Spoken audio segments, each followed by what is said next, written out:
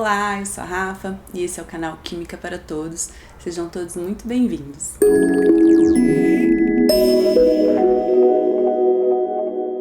A aula de hoje é a primeira aula de um total de 4 com uma introdução às funções orgânicas. Nessas aulas, a gente não vai aprofundar em nenhum tópico específico da química orgânica. Por isso, se você tiver interesse de aprofundar em algum tópico ou de qualquer outro tópico da química, deixa nos comentários que eu elaboro uma aula de um jeito simples e mais fácil para todos entenderem. E se você gostar da aula, se você gostar do conteúdo, fique à vontade em se inscrever no canal, em curtir esse vídeo e compartilhar com quem você desejar. Vamos começar a aula? Na aula de hoje, então, a gente vai fazer um breve histórico da química orgânica, falar a respeito da ligação covalente, dos tipos de ligação no carbono e também sobre os hidrocarbonetos.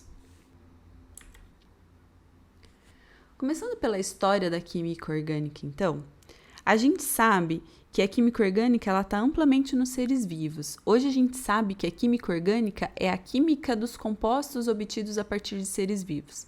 Mas, desde muito tempo atrás, mesmo antes dos cientistas saberem que esses compostos eram os compostos orgânicos, eles já utilizavam de tecnologia de extração desses compostos de seres vivos, como, por exemplo, a extração de óleos, a extração de medicamentos, a extração de corantes, mas na época eles não tinham ideia de que tipo de molécula que eles estavam usando.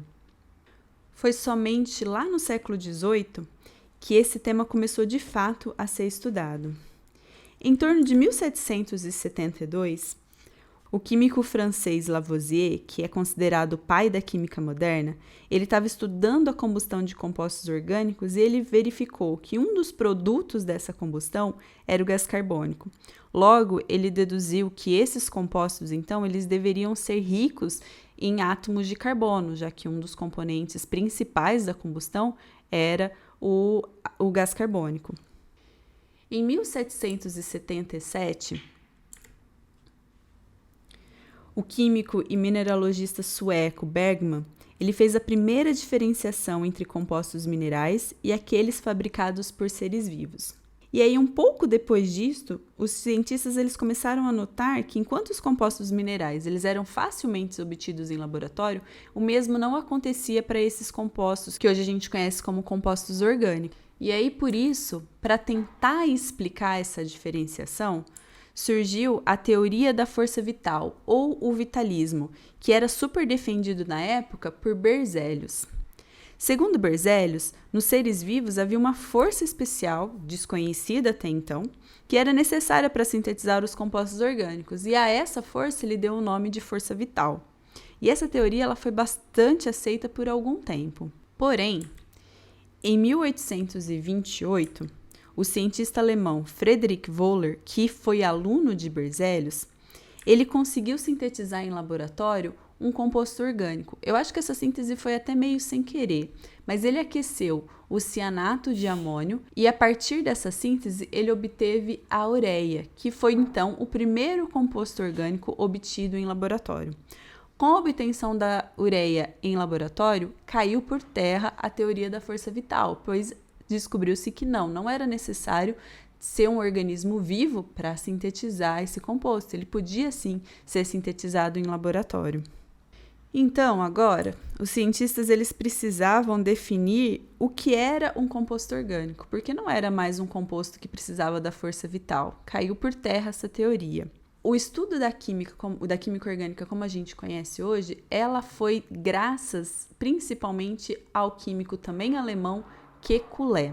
Foi Kekulé quem definiu a química orgânica como sendo a parte da química responsável pelos estudos dos compostos formados principalmente por átomos de carbono. Mas a gente tem que ter em mente que esses compostos eles não são formados exclusivamente por átomos de carbono. A sua maioria de átomos de carbono, mas a gente também pode encontrar diferentes tipos de átomos, como, por exemplo, hidrogênio, como a gente vai ver nos hidrocarbonetos, que são formados principalmente por átomos de carbono e hidrogênio. A gente também pode encontrar amplamente o nitrogênio e o oxigênio nessas moléculas. E também a gente tem que ter claro em mente que não é só porque a molécula ela tem um átomo de carbono que ela é considerada uma molécula orgânica. Muitas vezes ela pode ser simplesmente uma molécula de transição. Mas por hora é importante a gente prestar atenção então nesse carinha, no Kekulé. já que foi ele quem deduziu, quem estipulou a química orgânica como sendo a química orgânica que a gente conhece hoje. O Kekulé é importante principalmente pelos 3 postulados que ele formulou. E agora a gente vai ver um pouquinho desses 3 postulados. O primeiro postulado é a respeito da tetravalência do carbono. O que significa isso? O que significa dizer que o carbono é tetravalente? O átomo de carbono, ele possui 4 elétrons na sua camada, na sua última camada, na sua camada de valência. E aí, por ele ter esses 4 elétrons, se a gente for lembrar da regra do octeto, ele precisa fazer 4 ligações para ficar estável. Então, isso quer dizer que ele apresenta tetravalência, porque ele apresenta a necessidade de fazer 4 ligações para ficar estável. Para a gente entender melhor isso, vamos pegar a nossa querida amiga, a tabela periódica. Se a gente observar na tabela periódica, o átomo de carbono, ele se encontra nessa família aqui, que é a família 4A. Lembrando que da tabela periódica a gente começa a observar aqui desse lado, do lado esquerdo dela, na família onde a gente vê o hidrogênio lá na ponta, na família dos metais alcalinos. Lembrando que o hidrogênio não faz parte dos metais alcalinos, tá bom? Então aqui a gente tem a família 1A, família 2A, 3A e 4A. Então o carbono ele faz parte da família 4A. A gente também vai encontrar na tabela periódica uma numeração diferente, começando aqui com 1, 2, 3, 4, 5, 6, 7, 8, 9, 10, 11, 12, 13, 14. Então, nesse caso, a gente poderia falar que o carbono está na família 14. Mas, se a gente fala da 4A, que é mais fácil da gente lembrar, a quantidade de elétrons que tem na camada de valência.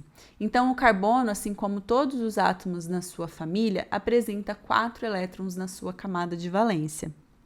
Então, vamos focar no carbono, que é o átomo especial dessa família. Se a gente olhar o átomo de carbono bem de pertinho lá na tabela periódica, a gente vai ver esse número 6 aqui representado em cima. Esse número 6 significa que o átomo de carbono ele apresenta 6 prótons. Ele tem número atômico igual a 6. Se o átomo está neutro e ele tem 6 prótons, consequentemente, ele também tem 6 elétrons. 6 elétrons ao todo. Mas como que a gente sabe, então, quantos elétrons ele tem na sua camada de valência? Para a gente saber isso, a gente precisa fazer a configuração eletrônica desse elemento. Como que a gente faz a configuração eletrônica? Se vocês tiverem dúvida disso, como faz a configuração eletrônica, pode deixar um comentário que eu gravo um vídeo só falando sobre isso, tá bom? A configuração eletrônica do átomo de carbono é a seguinte: 1s2, 2s2, 2p2. O que isso significa? Que na primeira camada, o átomo de carbono ele apresenta 2 elétrons no subnível S. A primeira camada a gente sabe que ela só tem o subnível S. Tá, mas o que isso vai implicar do carbono ter a tetravalência?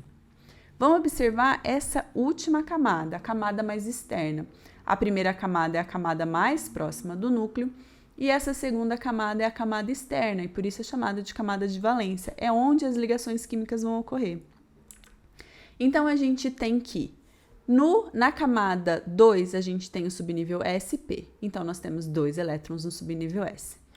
E nós temos também 2 elétrons no subnível P. Então, essa é a configuração eletrônica e é isso que a gente precisa ter em mente agora. Então, se ele tem 2 elétrons no subnível S, 2 elétrons no subnível P, e o subnível S e o subnível P pertencem à camada 2, nós sabemos que na camada de valência do átomo de carbono temos 4 elétrons. O segundo postulado é a respeito do carbono poder fazer 4 ligações idênticas. O que isso quer dizer? O átomo de carbono, ele pode formar 4 ligações iguaizinhas, dependente do átomo que estivesse ligando a ele. São 4 ligações covalentes simples. A gente vai ver que ele não precisa fazer só ligações simples, ele pode fazer ligações duplas e ligações triplas, mas ele pode sim fazer 4 ligações idênticas. Isso é uma particularidade do carbono e faz com que ele seja o grande responsável pela obtenção dessas moléculas tão complexas que são as moléculas orgânicas. E aí, então, para a gente entender melhor isso, vamos pegar como exemplo essa molécula que apresenta um átomo de carbono, 3 átomos de hidrogênio e um átomo de flúor. Aqui, então, independente do grupo, do átomo que está ligado ao carbono, ele pode fazer essas 4 ligações idênticas, independente da posição onde eles se encontram. Isso, então, quer dizer que é possível fazer essas 4 ligações. E aí, se a gente observar a camada eletrônica do átomo de carbono, a gente vai ver que fica difícil explicar isso. Porque se a gente tem 2 elétrons no subnível S e 2 elétrons no subnível P, as ligações não eram para ser idênticas, sendo que no subnível S a gente tem a formação de ligações sigma, que são ligações simples, e no subnível P a gente tem a formação de ligações pi, que são ligações dupla, ligação tripla. Então, como explicar que ele pode sim fazer 4 ligações simples? A gente já vai ver isso mais para frente. O terceiro postulado é a respeito do carbono poder formar cadeias. Então, o átomo de carbono ele tem essa propriedade de formar longas cadeias carbônicas.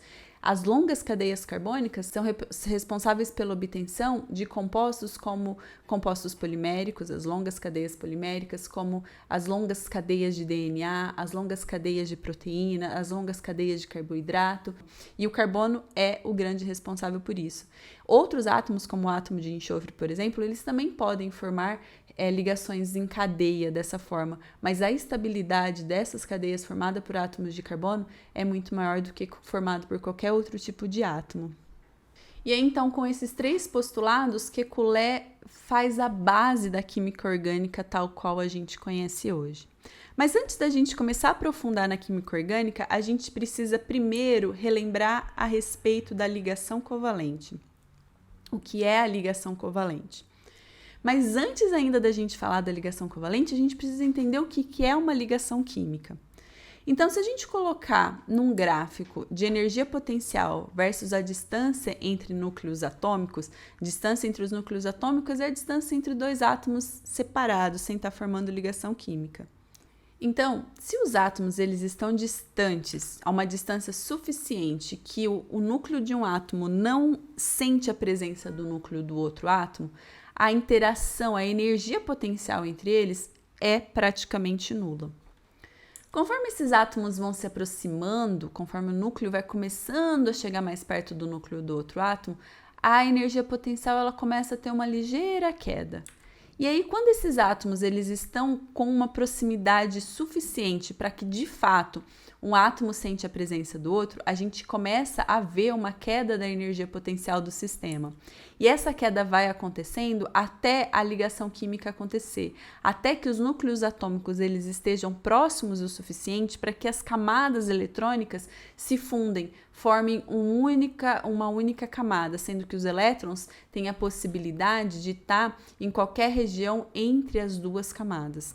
Então, aqui, de fato, aconteceu uma ligação química. A gente tem o menor valor de potencial químico para essa ligação. Se os núcleos começarem a se aproximar ainda mais, a gente vai ter uma forte repulsão entre esses 2 átomos. E aí, um aumento significativo da energia potencial acontece. E aí, a gente já não tem mais uma ligação química. Então, se a gente for considerar todas essas posições entre os núcleos atômicos, nós vamos ter que, quando a energia potencial está em torno de 0, nós temos nenhuma sobreposição de orbital. Quando começa a ocorrer a sobreposição dos orbitais, e aqui independente se é ligação covalente, iônica, metálica, aqui é o momento em que os átomos estão tão próximos o suficiente de ocorrer a sobreposição dos orbitais eletrônicos dos 2 átomos. E aí, nesse momento, começa a ter uma queda da energia potencial do sistema, até atingir um valor mínimo, que é onde de fato ocorre a ligação química. E se a gente continuar aproximando, vai ter a repulsão entre os 2 núcleos e a ligação química acaba sendo inviável nesse momento. E aí, a diferença na ligação covalente é justamente o compartilhamento de elétrons. Quando a gente fala da ligação iônica, por exemplo, a gente vê a formação de íons. O que é a formação de íons? Quer dizer que um dos átomos doou um elétron e o outro átomo recebeu. Então, quando ocorre a ligação química, nós temos um átomo com carga positiva e um átomo com carga negativa. No caso da ligação covalente, o elétron ele é compartilhado, ele não fica em um átomo ou em outro átomo em especial, ele fica compartilhado entre os 2 átomos. E por que isso acontece? Para a gente entender isso, a gente de novo tem que olhar lá a tabela periódica para entender esse comportamento dos átomos. E aí, na tabela periódica, a gente deve chamar a atenção para essa região, esse grupinho ali, que é o grupinho dos ametais. Qual que é a particularidade desse grupo? São eles que vão fazer ligações covalentes entre eles. Por quê? Todos eles são átomos com eletronegatividade considerável. O que isso significa? Quer dizer que esses átomos eles vão querer o elétron próximo a si. Nenhum deles está a fim de doar o elétron para fazer uma ligação iônica. Então, a gente vai ter uma ligação com um caráter fortemente covalente. Por quê? Porque se nenhum deles quer doar, o jeito então é compartilhar os elétrons. Então é o compartilhamento de elétrons que acontece. Mas como que isso vai acontecer? Vamos imaginar dois átomos iguais, o átomo de hidrogênio, por exemplo. Nós sabemos que o átomo de hidrogênio, ele tem em seu núcleo um único próton e na sua camada eletrônica um único elétron. Quando esses dois átomos de hidrogênio se aproximam, os elétrons eles vão passar a ocupar os dois orbitais de cada um dos átomos de hidrogênio. Então, os dois elétrons eles vão ter a possibilidade de ficar orbitando nesses dois orbitais. E aí, de fato, vai acontecer a formação da molécula de hidrogênio. Então, aqui representada a probabilidade do elétron estar, a gente vê que ele pode estar rodando qualquer um dos dois átomos, porque ocorreu, de fato, a sobreposição dos orbitais e o compartilhamento desses dois elétrons. Então, a molécula de H2, ela vai ter o compartilhamento desses dois elétrons e aí ela vai passar a ter 2 elétrons na sua constituição. O mesmo a gente pode ver acontecendo quando a gente tem átomos diferentes. Por exemplo, a gente tem um átomo de hidrogênio e um átomo de cloro. O átomo de hidrogênio tem um elétron só na camada de valência, mas o átomo de cloro, ele apresenta 7 elétrons na camada de valência. Se a gente olhar lá na tabela periódica, o átomo de cloro, ele faz parte da família 7A, 7 elétrons na camada de valência. Quando esses dois átomos se aproximam, formam a molécula de HCl, do ácido clorídrico. E aqui é a mesma coisa, esses dois elétrons eles vão ser compartilhados entre esses dois átomos. A única diferença nesse caso é que a gente vai ter a formação de polos. Por quê? São átomos diferentes. Se eles são átomos diferentes, eles apresentam polaridade diferente, eles apresentam eletronegatividade diferente. O que isso quer dizer? Quer dizer que o cloro, que é um átomo mais eletronegativo, ele vai tender a puxar os elétrons mais para perto de si. E essa força é maior do que a força que o hidrogênio faz para manter os elétrons perto do seu núcleo. Então, os elétrons, a probabilidade de encontrar o elétron mais próximo do átomo de cloro é maior. Por isso que a região do átomo de cloro vai receber uma densidade de carga negativa, uma densidade eletrônica maior. E o lado do hidrogênio tem uma densidade de carga positiva. E aí, então, a gente fala que ocorreu a polarização dessas cargas. Então, a gente vai ter uma região mais negativa, uma região mais positiva, o que não acontecia para a molécula de H2, por exemplo, porque como é uma molécula formada por dois átomos iguais, a gente não tem a formação de polo, porque a gente não tem diferença de eletronegatividade. Então, essa é a ligação covalente e ela acontece para diferentes tipos de átomos. Então, agora vamos olhar em especial o átomo de carbono e ver quais são os tipos de ligação que o átomo de carbono pode fazer. Para isso, vamos pegar de novo a configuração eletrônica do átomo de carbono. Então, a gente já viu que ele tem 2 elétrons no subnível S e 2 elétrons no subnível P. Vamos guardar essa informação aqui para a gente poder lembrar disso sempre. Se ele tem 4 elétrons na sua camada de valência, ele pode então fazer 4 ligações simples, como a gente já viu. Então, ele pode se ligar com 4 átomos diferentes. Ele pode ainda fazer 2 ligações simples e uma ligação dupla. Ele pode se ligar, então, a 3 átomos diferentes. Ou então, ele pode fazer 2 ligações duplas, se ligando a 2 átomos aos 2 átomos diferentes ou 2 átomos iguais, no caso do CO2. E ainda a gente pode ter uma ligação simples e uma ligação tripla. Então, nesse caso também, o átomo de carbono se liga a 2 outros átomos. Para explicar essa característica das ligações do carbono, pode ser ligação simples, pode ter ligação dupla, pode ter ligação tripla, a gente precisa estudar um pouquinho um conceito de hibridização. E aí, pela hibridização, a gente vai ver que Para ele formar 4 ligações simples, ele precisa sofrer uma hibridização chamada hibridização sp3. Para ele sofrer 2 ligações simples e uma dupla, ele precisa ter uma hibridização sp2. Para ele ter 2 ligações duplas, ele vai ter uma hibridização sp. O mesmo se ele tiver uma ligação tripla, ele também vai ter uma hibridização sp. Mas o que é hibridizar? O que é sp? Vamos entender um pouquinho melhor o que é isso. Vamos entender melhor a hibridização olhando essa imagem aqui. A gente tem que o subnível S ele é representado por essa bolinha. Essa bolinha pode ser ocupada até por 2 elétrons de spins opostos. O que significa 2 elétrons de spins opostos? Quer dizer que cada um está girando em uma direção e isso compensa a força de repulsão que é gerada quando eles se aproximam, já que os dois têm carga negativa. O subnível P, ele tem 3 componentes, lembrando um espaço tridimensional, ele tem uma componente X, uma componente Y e uma componente Z. Em cada uma dessas bexiguinhas, pode ocupar no máximo 2 elétrons também com spins opostos. E aí, se a gente combinar um subnível S com 3 subnível P, a gente vai ter uma hibridização sp3. Então, a gente vai ter 4 orbitais, que podem sofrer ligações químicas, todos iguais e tendo o caráter de um subnível S para 3 subníveis P. A gente pode combinar um subnível S com 2 subnível P e ter hibridização sp2, ou então combinar um subnível S com um subnível P e ter uma hibridização sp. Tá, mas como de fato ocorre a hibridização? Vamos pegar primeiro o exemplo da hibridização sp3. Se a gente fizer a distribuição eletrônica dos elétrons em razão da energia de cada um deles, de cada orbital, a gente vai ter que a menor energia tem para o subnível S da camada 1, já que está mais próximo ao núcleo, é mais estável, sendo mais estável é mais difícil de sofrer reação química ou de ser afastado do núcleo atômico. Então, para um estado fundamental, a gente tem esses 2 elétrons na camada 1, 2 elétrons no subnível S da camada 2 e 2 elétrons no subnível P da camada 2. Mas o subnível P, ele acomoda até 6 elétrons, então tem casinha vazia aqui. Então, por isso que nesse caso a gente não representa os 2 elétrons na mesma casinha, já que eles têm a possibilidade de ir para outra casinha, que é de igual energia, ele vai ocupar as 2 casinhas.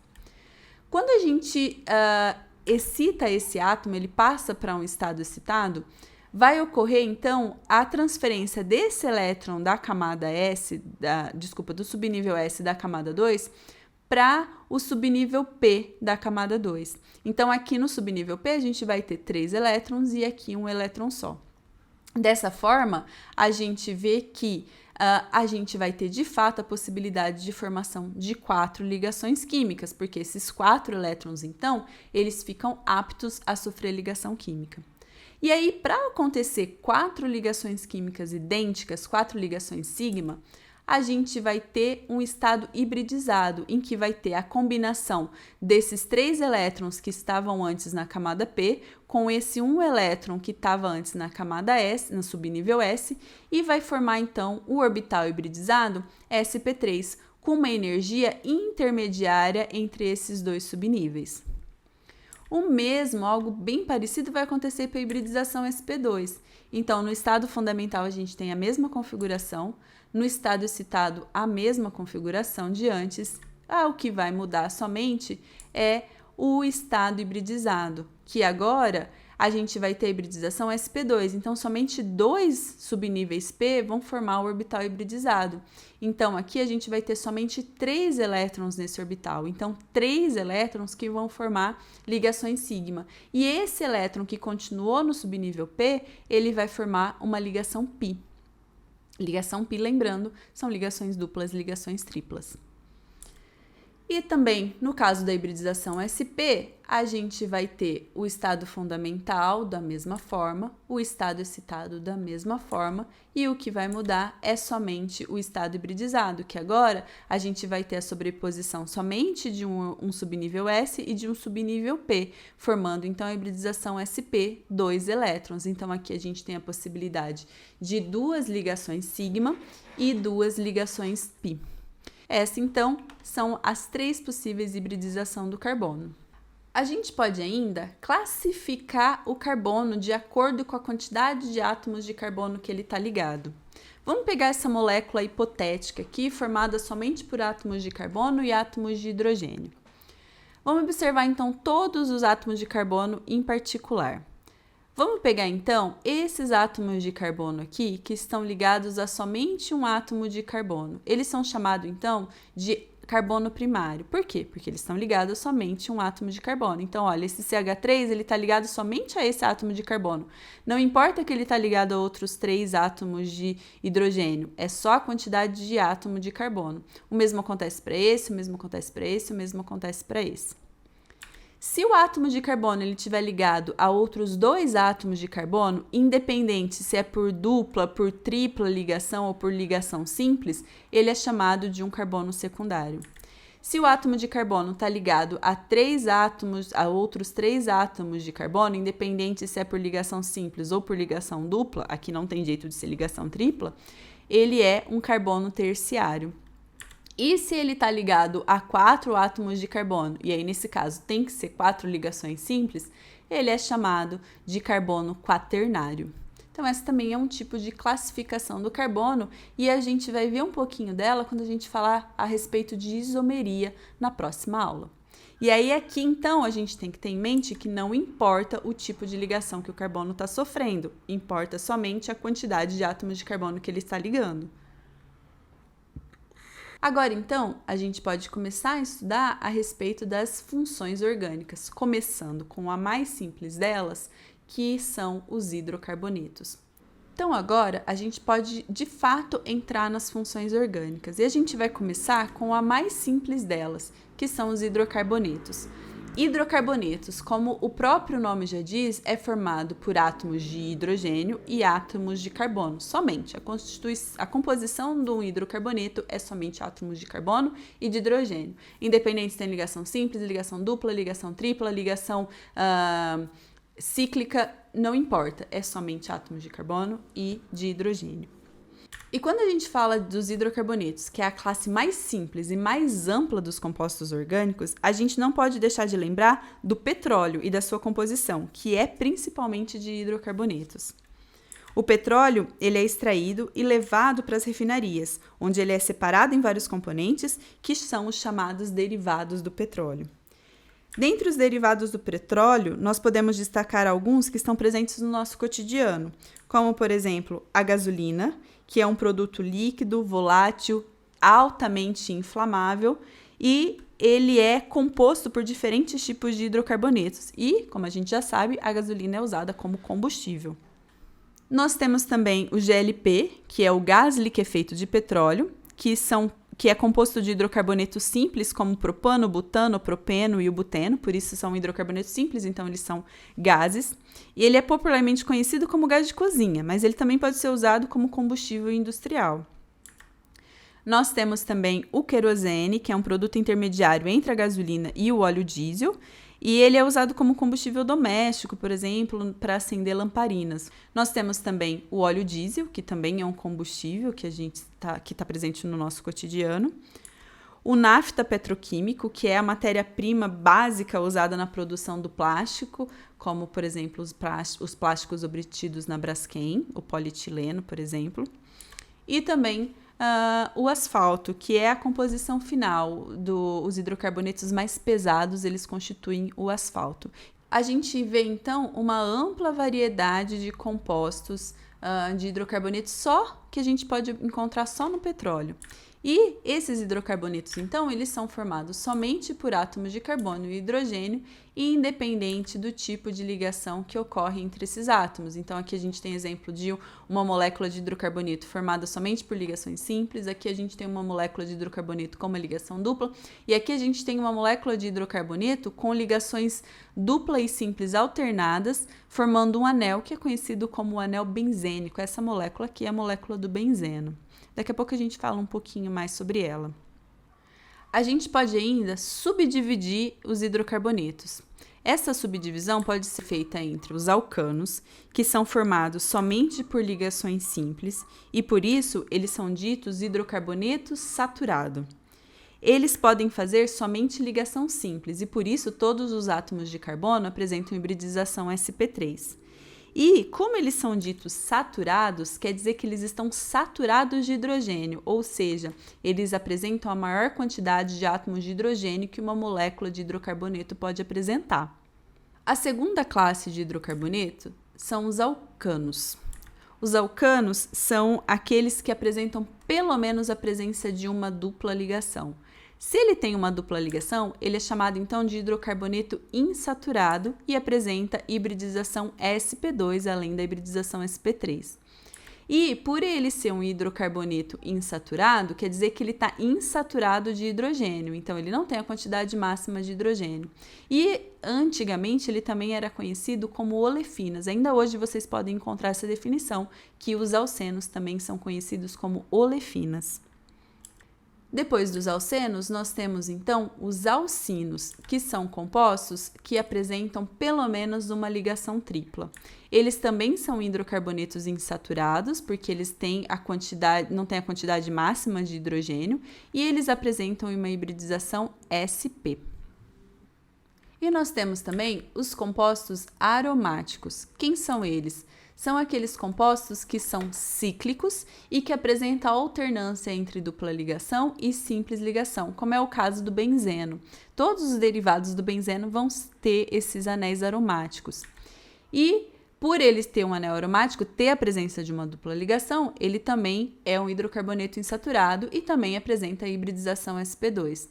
E uma particularidade deles é a ligação conjugada. O que é a ligação conjugada? É essa ligação intercalada entre ligação dupla e ligação simples.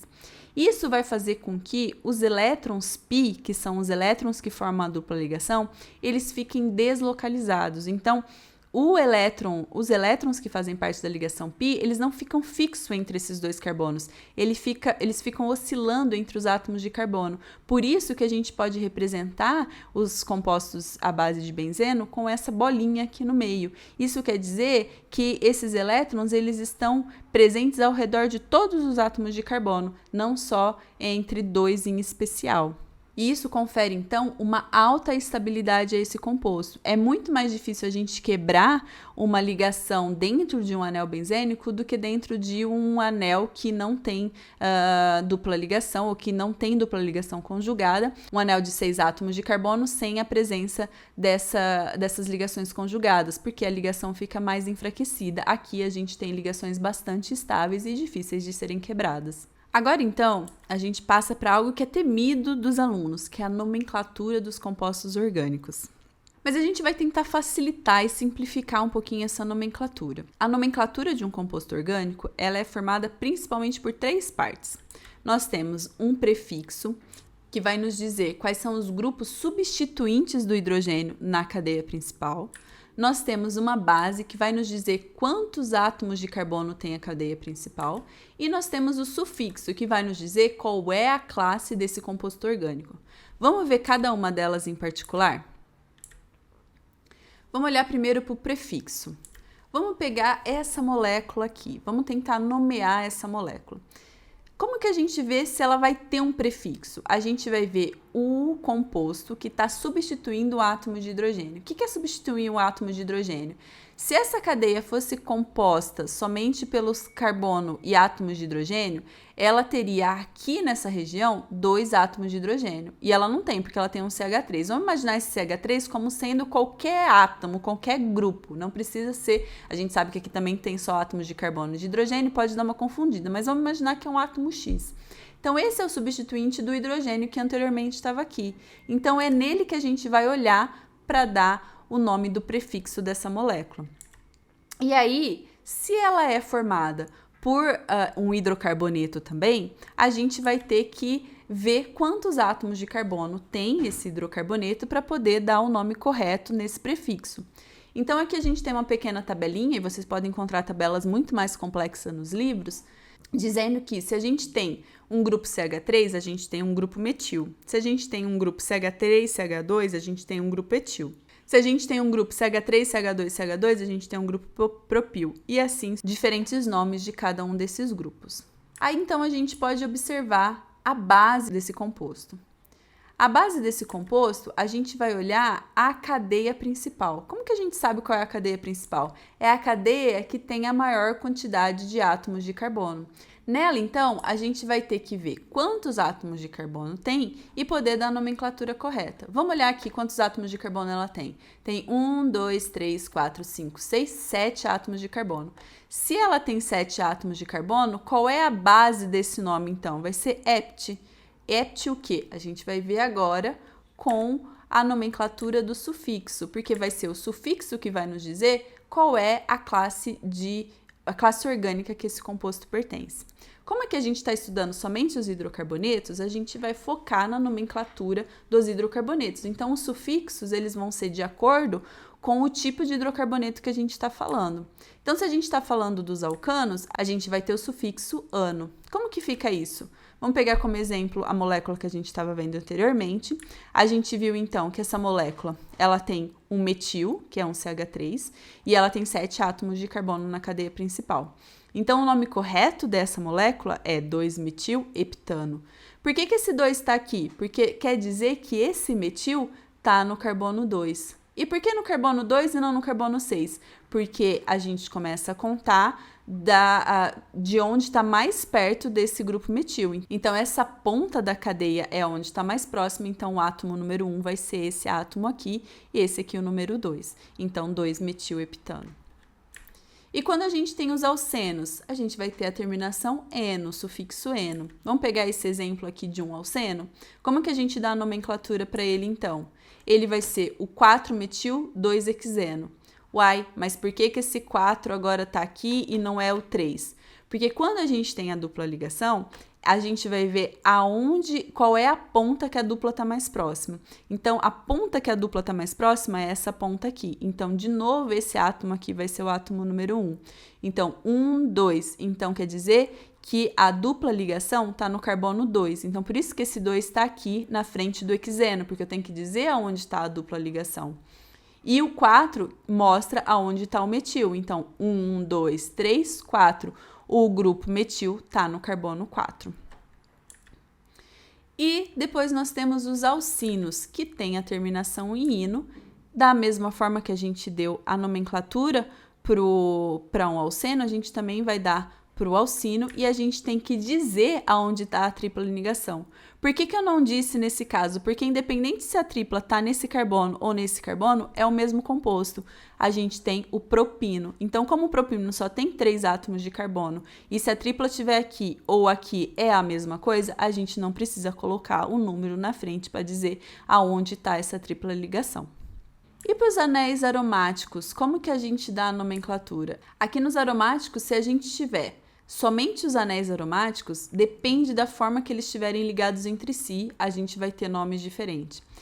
Mas e se a gente tiver grupos pendurados nesses anéis aromáticos, como que fica a nomenclatura? Vamos pegar esse exemplo aqui. A gente tem um anel aromático, um grupo metil e um grupo etil pendurado. Como que fica essa nomenclatura? Primeiro, a gente vai enumerar os átomos de carbono de acordo com a ordem alfabética desses grupos pendurados. Então, o etil, o E vem antes do M no alfabeto. Então, o número 1 vem no grupo etil. Então, a gente vai ter 1 etil, o 2 vai ser aqui e o 3 no metil. Então, como vai ficar essa nomenclatura? Vai ficar 1 etil, 3 etilbenzeno. Bem parecido com o que a gente fez anteriormente, só que aqui a gente vai ter que pôr a base como sendo do benzeno. E aqui o eno no final, porque a gente está falando de um alceno. Então, é bem parecido com o anterior. E com isso a gente chega ao final desse tópico. Eu desejo a todos uma excelente semana. Fiquem aí com uma frase muito interessante da Marie Curie, que não há nada a temer nessa vida, apenas tratar de compreender. Vejo vocês na próxima aula. Tchau, tchau!